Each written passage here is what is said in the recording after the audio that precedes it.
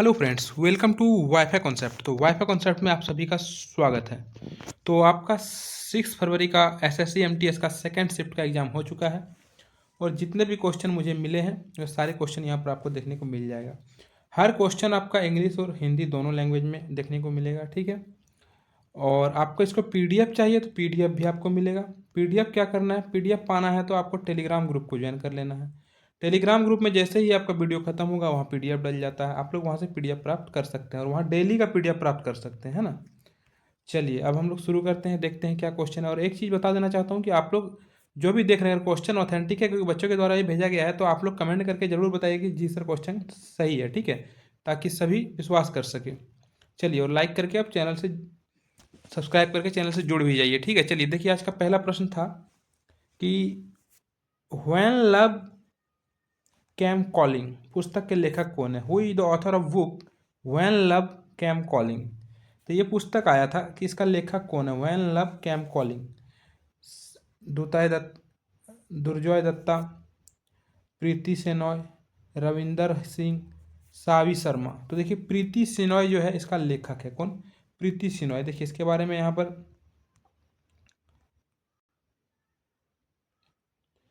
हाँ देखिए यहाँ पर प्रीति सेनॉय इसका लेखक है आपका।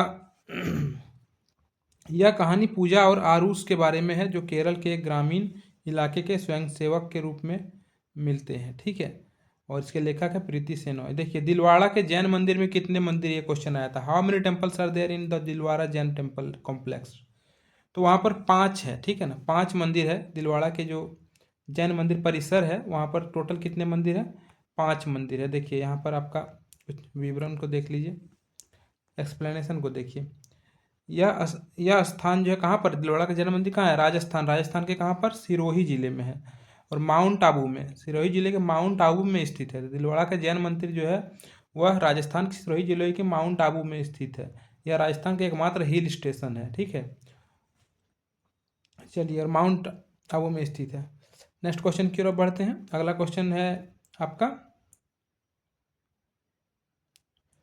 हाँ ये रहा next question. Env starts report वार्षिक रूप से किस संगठन या मंत्रालय द्वारा प्रकाशित किया जाता है। व्हिच ऑर्गेनाइजेशन या ministry publish the EnviStats India report annually.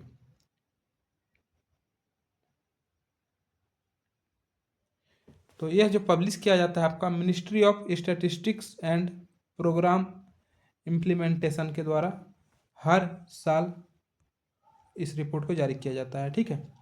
चलिए अगला क्वेश्चन की ओर बढ़ते हैं। देखिए इसे MOSPI के अंतर्गत राष्ट्रीय सांख्यिकी कार्यालय द्वारा प्रत्येक साल जो है जारी किया जाता है या फिर तैयार करता है।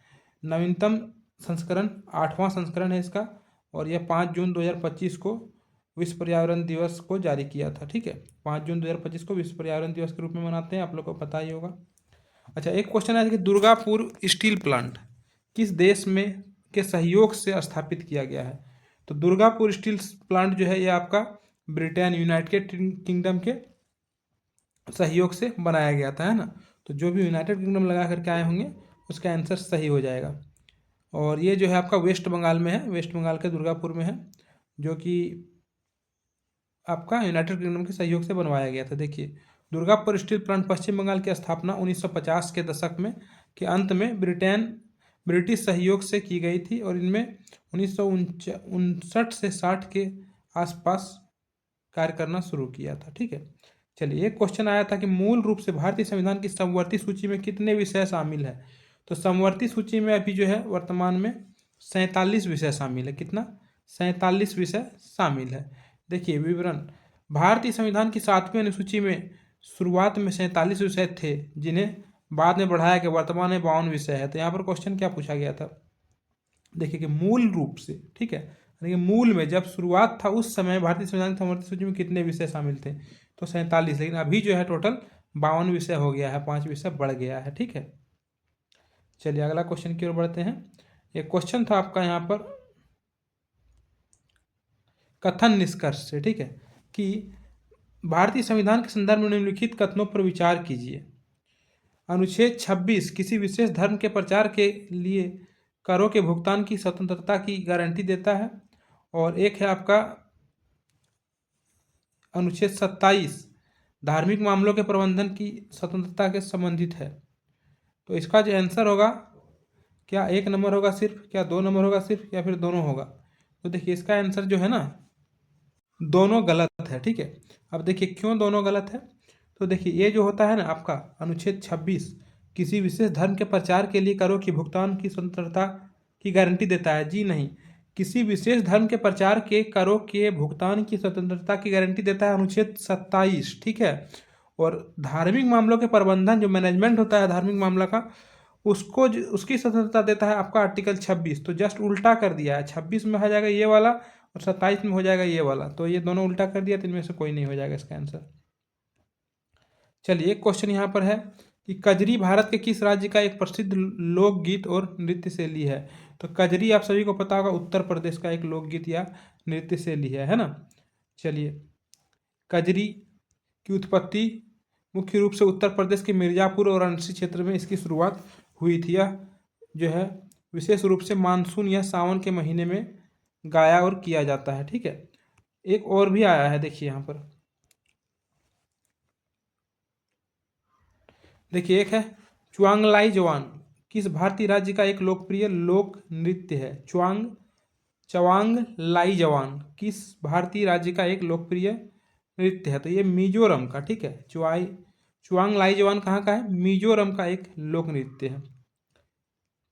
देखिए यहाँ पर यह मिजोरम के पावी समुदाय का एक पारंपरिक नृत्य है जो त्योहारों या मृतक को सम्मान देने जैसे अवसरों पर किया जाता है। एक क्वेश्चन है, यदि मृत्यु दर जन्म दर से अधिक है तो जनसंख्या में क्या होगी? मृत्यु दर अधिक, ज़्यादा आदमी जो है क्या हो रहा है, मर रहा है, और जन्म कम ले रहा है, तो क्या होगा? जनसंख्या घट जाएगा, है ना, कमी हो जाएगा इसका। चलिए अगला क्वेश्चन की ओर बढ़ते हैं। एक क्वेश्चन आया था आपका, एक क्वेश्चन था आपके, गंगा दशहरा किस हिंदू महीने में मनाया जाता है? तो देखिए गंगा दशहरा जो मनाया जाता है जेठ महीना में मनाया जाता है। कब? जेठ महीना में यह मनाया जाता है। देखिए यह उस दिन का प्रतीक है जब देवी गंगा स्वर्ग से पृथ्वी पर अवतरित हुई थी। यह ज्येष्ठ शुक्ल पक्ष की 10वीं तिथि को मनाया जाता है। एक क्वेश्चन आया था कि दिए गए विकल्पों में से भारत का सबसे अधिक जनसंख्या वाला राज्य कौन सा है? तो भारत का सबसे अधिक जनसंख्या सभी को पता है कि कहाँ पर है। अच्छा, आपका पश्चिम बंगाल है ना। तो ऑप्शन नंबर ए इसका सही आंसर हो जाएगा। देखिए 2011 की जनगणना के अनुसार पश्चिम बंगाल की आबादी लगभग 9.13 करोड़ है, जो इन विकल्पों में सबसे ऊपर है। ठीक है, विकल्प के अकॉर्डिंग ये वाला हो गया आपका। एक क्वेश्चन था कि एंटोनिज्म पूछा गया था पूछा गया था कि the local NGO decided to give back the surplus fund to the original donor. तो इसका क्या हो जाएगा? डोनर्स, देखिए आपका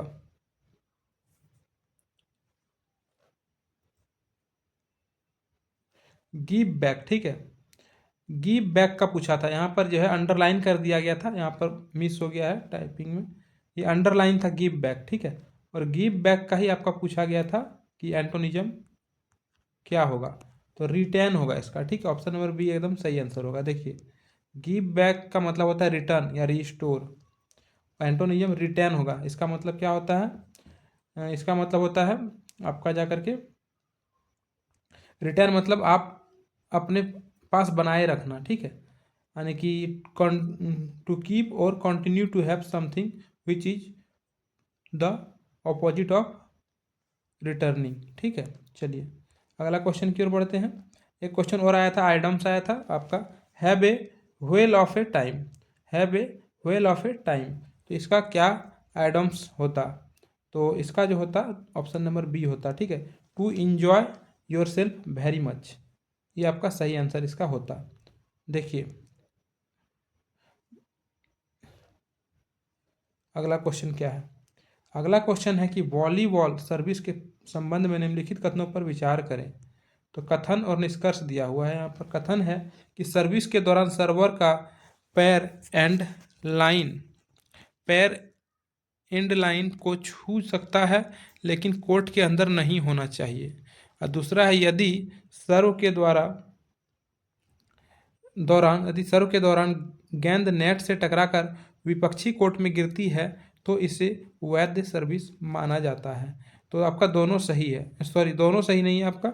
एक नंबर तो ये गलत हो गया, एंड लाइन को छू सकता है गलत हो गया, लेकिन कोर्ट के अंदर नहीं होना चाहिए गलत हो गया है ना। तो ऑप्शन नंबर बी सही आंसर हो जाएगा आपका। दो कथन जो है आपका सिर्फ सही है।